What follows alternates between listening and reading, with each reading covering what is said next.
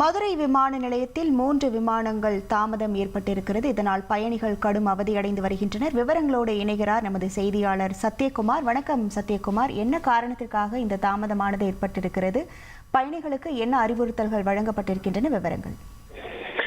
வணக்கம். மதுரை விமான நிலையத்தில் இருந்து 66 பயணிகளுடன் பெங்களூர் புறப்பட வேண்டிய இண்டிகோ விமானம் தொழில்நுட்ப கோளாறு காரணமாக நிறுத்தி வைக்கப்பட்டது. மேலும் பயணிகள் மாற்று விமானம் மூலம் செல்வதற்கு ஏற்பாடு செய்யப்பட்டுள்ளது.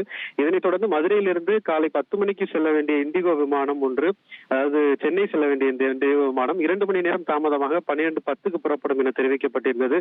மேலும் மதுரையிலிருந்து 1 மணி அளவில் மும்பை செல்லும் இண்டிகோ விமானமும் 3 மணி அளவில் தாமதமாக புறப்படும் என தெரிவிக்கப்பட்டுள்ளது. அதே போல மதுரையிலிருந்து 12 மணிக்கு துபாய் செல்ல வேண்டிய விமானம் 5 மணி நேரம் தாமதமாக 5:25க்கு புறப்படும் என்று அறிவிக்கப்பட்டுள்ளது. ஒரு சில விமானங்களுக்கு மாற்று ஏற்பாடுகள் செய்யப்பட்டுள்ளது. மற்ற விமானங்களுக்கு பயணிகளுக்கு தாமதம் என்று முன்பே அறிவுறுத்தப்பட்டுள்ளதாக சொல்லப்படுகிறது.